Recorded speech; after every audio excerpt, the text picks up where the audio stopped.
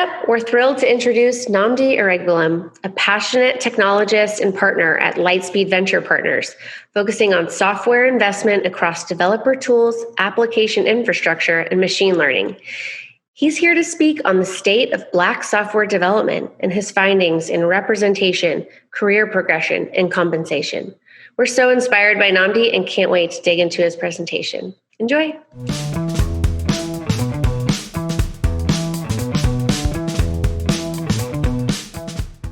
Hey there, my name is Nnamdi Iregbulem. I'm a partner at Lightspeed Venture Partners, and this is the state of Black software development.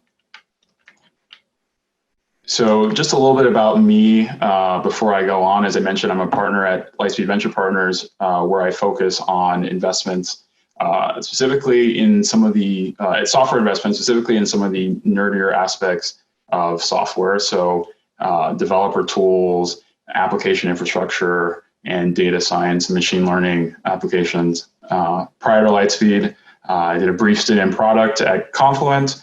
And prior to that, I was an investor at Iconic Capital, where I invested in a set of amazing technically oriented companies, such as GitLab, no irony there, but also companies like Fastly, which is the next generation content delivery network, Alteryx, which is a data analytics and data preparation tool, and Epic Games, which is behind Fortnite, as well as the Unreal Engine.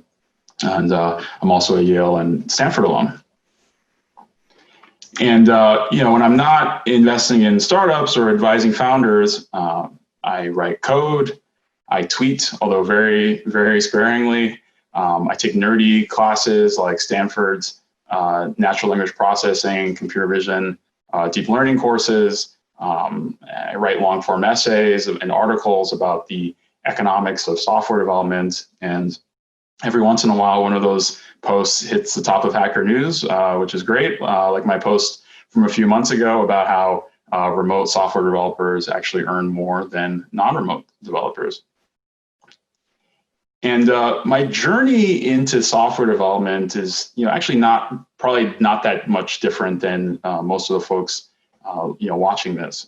Like many of you, I was self-taught, self-driven to learn how to program.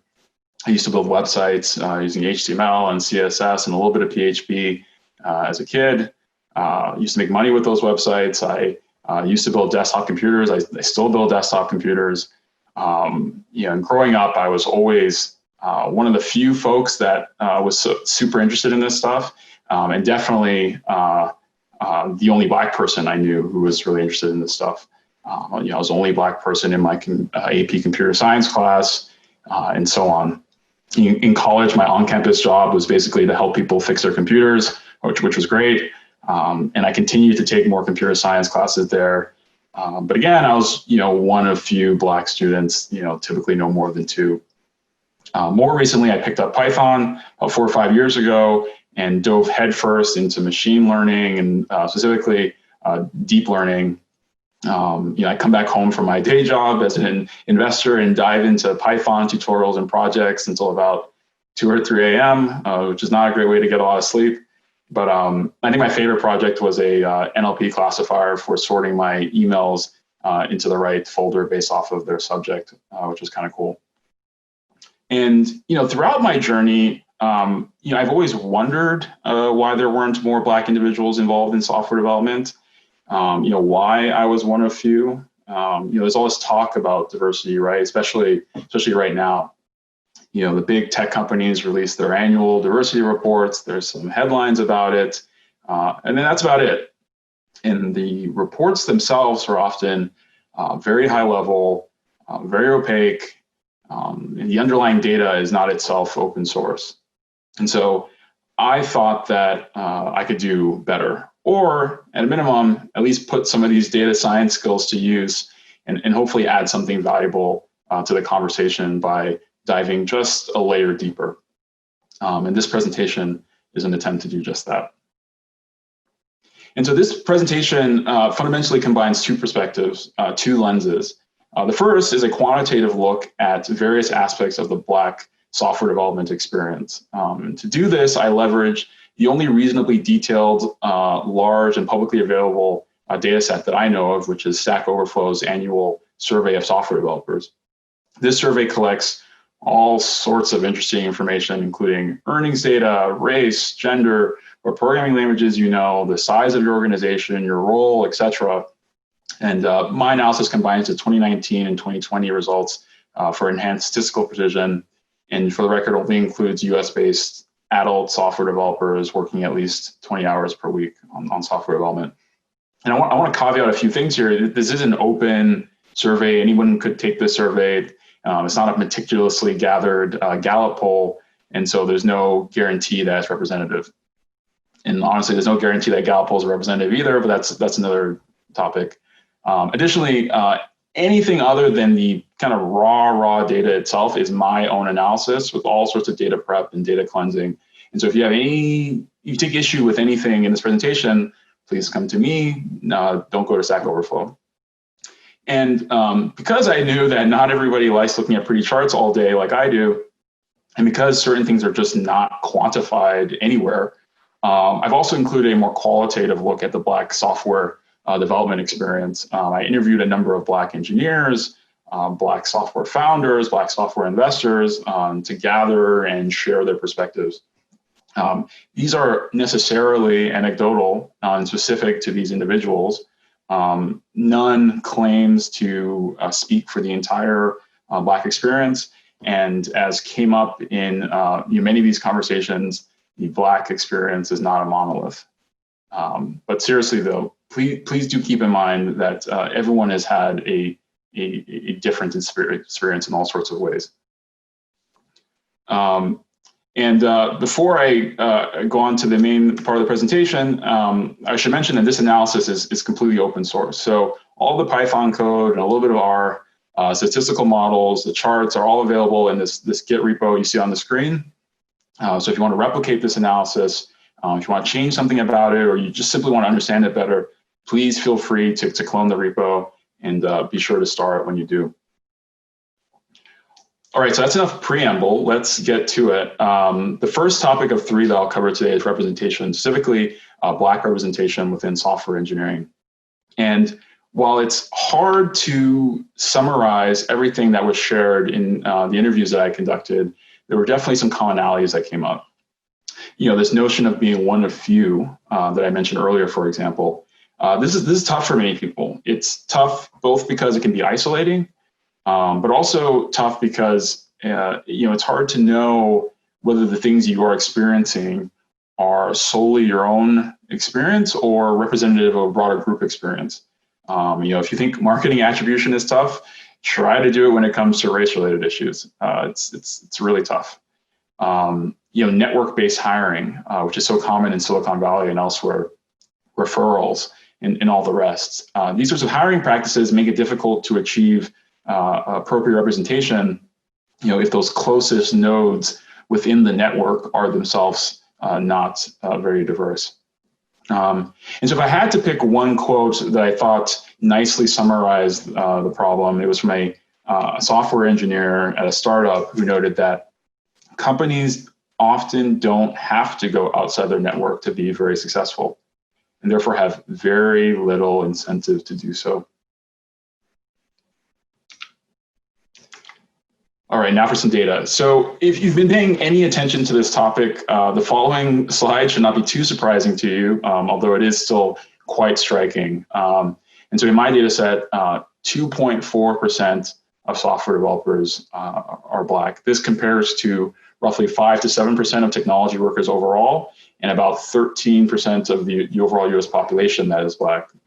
And so you can say that Black software developers are roughly 2 to 3x underrepresented relative to Black technology workers, and then about 5x underrepresented relative to the overall US population.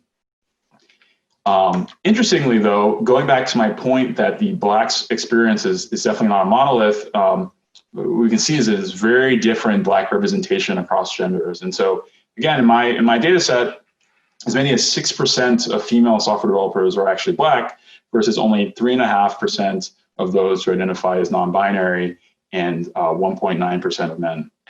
And I don't necessarily have a hypothesis for why this is. It's completely possible that my data is not representative of real life, but this is something interesting and worth looking further into. Another thing that we can look at is representation by role. And here as well, we see a wide spectrum. The roles with the highest Black representation were educators, mobile developers, designers, and front-end folks. The roles with the lowest representation were academic researchers, ironically, DevOps, product managers, and data scientists. Very, very interesting.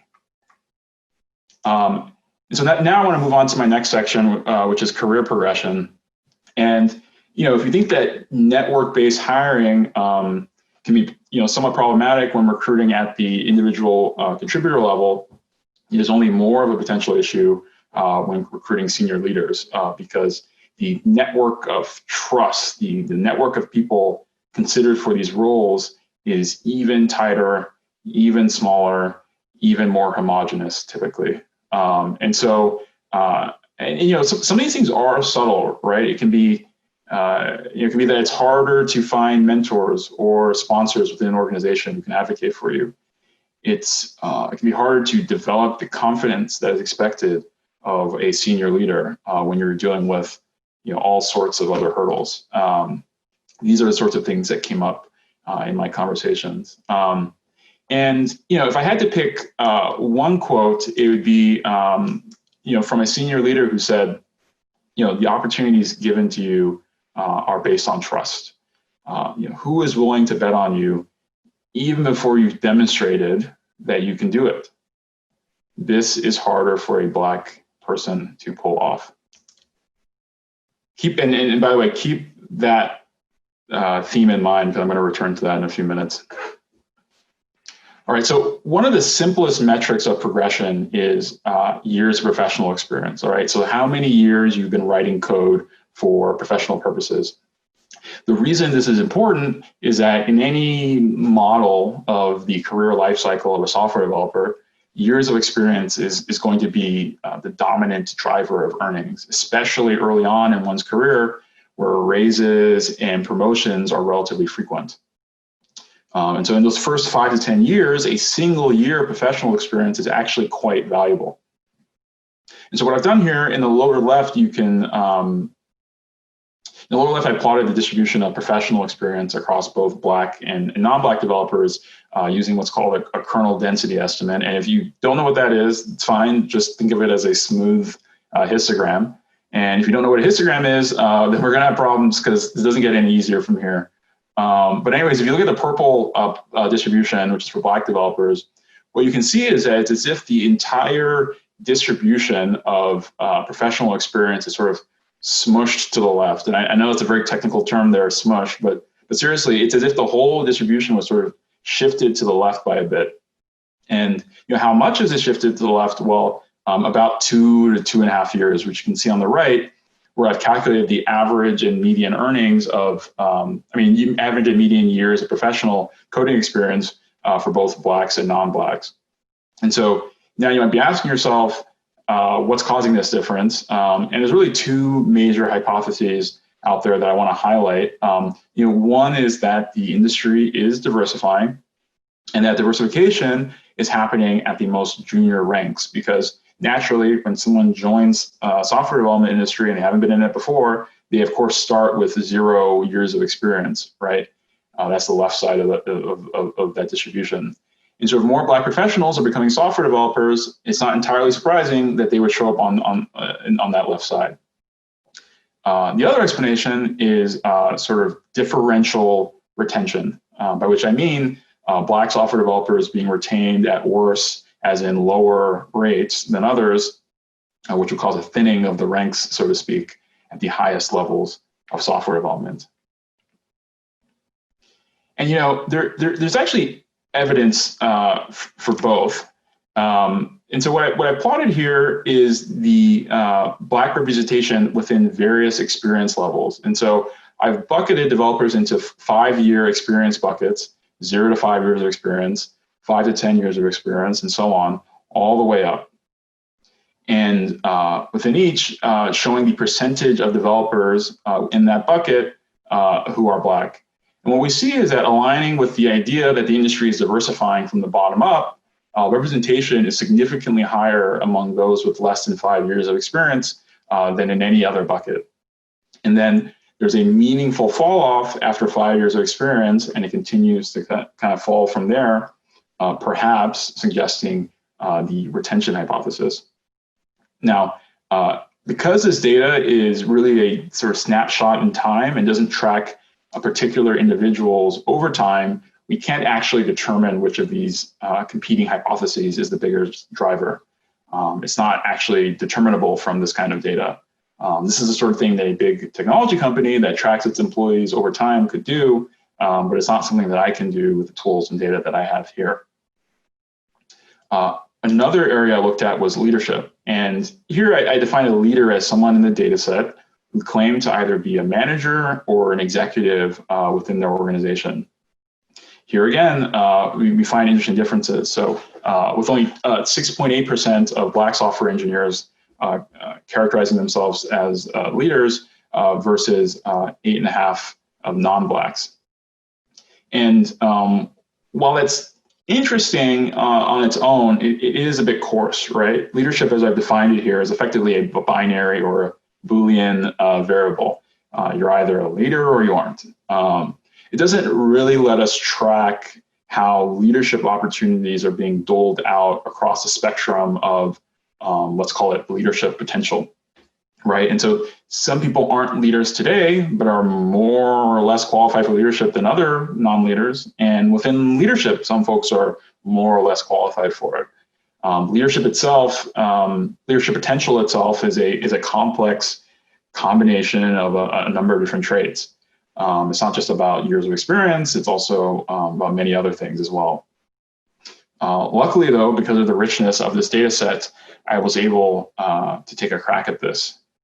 And so here is where machine learning comes to the rescue. And so what I was able to do is take all the different variables and features that I have in this data set, okay, other than race itself, and use that to predict one's likelihood of being a leader. And so what this does is it assigns effectively a leadership score to each survey respondent, reflecting that complex combination of traits that correlates with being a software engineering leader. I then bucket these scores into 5 quintiles, so the bottom 20%, the 20th to 40th percentile, and so on up until the top 20%.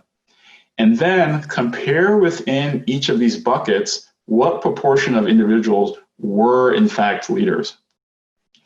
And what we see is that in every bucket, aside from the top 20% of software developers, Black software developers that are roughly equally qualified for leadership are less likely to actually be leaders. And so, for example, in the bottom scoring 20%, 0.7% of non-Blacks leaders versus exactly 0 of Blacks. There's roughly parity in the second bucket. In the middle 20%, we see a gap. And then similarly in the fourth bucket, representing the 60th to 80th percentile. So, why is it important that among less qualified individuals, Blacks have fewer leadership roles?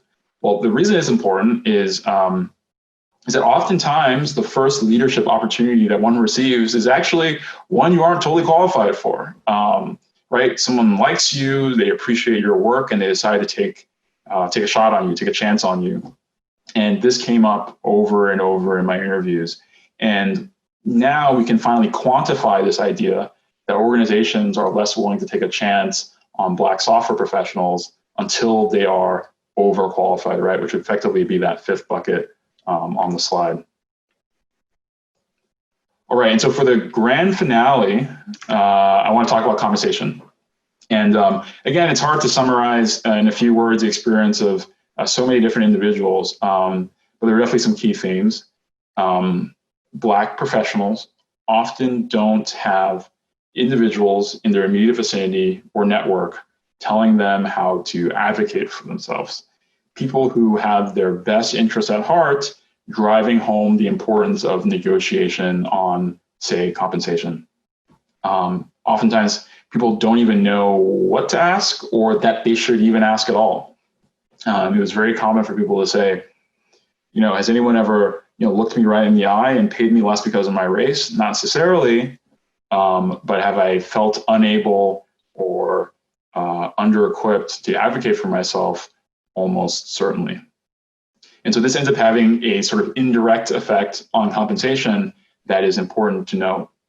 And I think my favorite quote on this was from a senior software engineering executive who told a story of how he missed a pretty big pay opportunity early in his career, saying that he identified another individual who was making 10% less than, and despite the fact that he was doing more work than this person, was doing better work than this person, and while he was eventually later in his career able to rectify this, at the time he felt under-equipped to advocate for himself professionally. All right, so the pay gap. Let me walk through this. So in dark blue, I have the what I'm calling the raw or unadjusted pay gap. So this is the differential that's typically referred to when people talk about pay gaps. It simply compares the average hourly earnings of Black and non-Black software developers, which yields a pay gap of about 7%. Or said another way, 93 cents for every Black developer earned for every dollar that a non-Black engineer earns. And then below that in purple, I have the what I'm calling the adjusted pay gap. And by adjusted, I mean this controls for all the same factors I controlled for when coming up with the leadership score from before. So years of experience, title, age, education, programming languages that you know, etc. And taking these variables into account, the gap closes meaningfully to about 1% or so. And if you're wondering, it is that years of experience variable from before that is really doing most of the work here. I should say though, and you always have to caveat when talking about this kind of data, is that this does not necessarily definitively imply that discrimination isn't playing a significant role. For example, if discrimination is impacting the ability of Black software engineers to rise within their organizations, and I'm controlling for title, which is affected by some of these, potentially affected by discrimination, then that might obfuscate that and lead us to draw some incorrect conclusions. So just keep that in mind. And so just to wrap up compensation, what I've done here is effectively plot the raw pay gap at multiple percentiles along the earnings distribution. And what you can see here is that the raw pay gap is fairly consistent across the earnings distribution, at roughly 6 or so percent with some minor fluctuation. However, at the highest end of the distribution, the pay gap actually grows, reaching 11% at the 90th percentile of earnings. And you can't see it here, but if you were to extend this to the 95th or 99th percentile, the gap is actually closer to 13% there. It's definitely something worth looking into further. All right, so I know that was a ton of information, a ton of charts. I thought that I would just leave you all with some of the key takeaways that I gathered from this. I think on the representation point, clearly representation among Black software developers remains, representation of Black developers amongst all developers remains low. However, there is significant variation across probably all sorts of traits, but at least in here, gender and role. And I have an intuition that examining some of these areas where you see this variation might yield valuable insights for encouraging further diversification of the industry. On the career progression point, the industry does appear to be diversifying from the bottom up, but the retention point I think is also worth exploring further. And I want to emphasize this point around Black software engineers not receiving the same leadership opportunities early and mid-career, which has all sorts of knock-on effects later on. And then lastly, on compensation, you know, indirect effects are arguably as important as direct. You know, there's sort of a guidance gap that drives some of your earnings gap, right? Not having people in your network to guide you towards what you should be getting paid, and ensuring that you're getting paid what you're worth. And as I noted in the previous slide, you know, we're seeing the largest gaps at the highest end of the earnings distribution and pretty consistent gaps across the rest. So that's it. Thank you so much for watching my talk on the state of Black software development. Do feel free to reach out to me or read more of my work in any of these venues. And you know, as I mentioned earlier, this entire analysis is open source, so feel free to clone the repo and mess around with the data yourself. Thank you very much.